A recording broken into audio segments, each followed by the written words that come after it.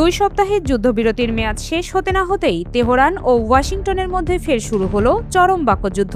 ইরানের বিপ্লবী গার্ড বাহিনী স্পষ্ট জানিয়ে দিয়েছে, পুনরায় কোনো সংঘাত শুরু হলে শত্রুর অবশিষ্ট সব সম্পদ চূর্ণ বিচূর্ণ করে দেবে তারা।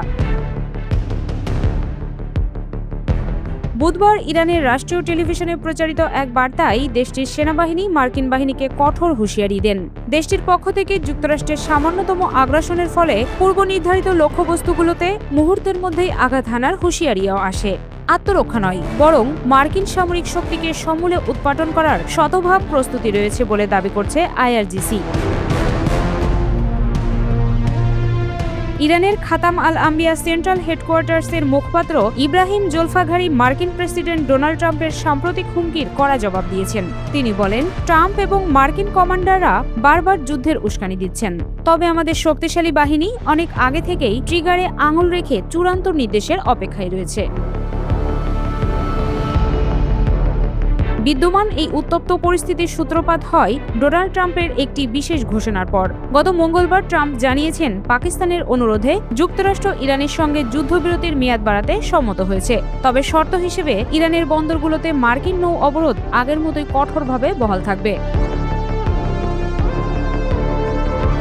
ট্রাম্পের বার্তাটি ছিল অত্যন্ত কৌশলী ও কঠোর। তেহরান যতক্ষণ পর্যন্ত স্থায়ী চুক্তিতে সই না করছে, ততক্ষণ এই অর্থনৈতিক ও সামরিক অবরোধ বজায় রাখার ঘোষণা দিয়েছেন তিনি।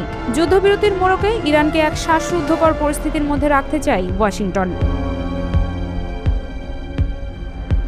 ওয়াশিংটনের এই অবস্থানকে নীরব যুদ্ধক্ষেত্র হিসেবে অভিহিত করেছে আইআরজিসি। মেহর নিউজের প্রতিবেদন অনুযায়ী বিপ্লবী গার্ড বাহিনী তাদের সকল সদস্যদের সর্বোচ্চ সতর্ক অবস্থায় থাকার নির্দেশ দিয়েছে। তাদের মতে, তথাকথিত এই যুদ্ধবিরতির আড়ালে পেন্টাগন কী ধরনের ছক কষছে তার উপর সার্বক্ষণিক নজরদারি চালানো হচ্ছে।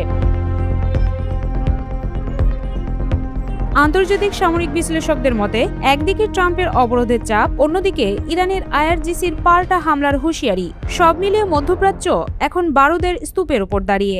কূটনীতির মাধ্যমে দ্রুত কোনো টেকসই সমাধান না এলে এই অস্থির পরিস্থিতি যে কোনো সময় ফের ভয়াবহ আঞ্চলিক যুদ্ধে রূপ নিতে পারে। শান্তির কথা বলেও আদতে কি দুই দেশ যুদ্ধের মহড়া দিচ্ছে? সাগরের নৌ অবরোধ আর সীমান্তের রণসজ্জা এখন সেই ইঙ্গিতই দিচ্ছে। যুক্তরাষ্ট্রের পূর্বের ছলনা ইরানের বিশ্বাসকে ভেঙে দিয়েছে পুরোপুরি। তাই হয়তো যুদ্ধবিরতির মোড়কে আকস্মিক হামলা করে বসতে পারে মার্কিন বাহিনী।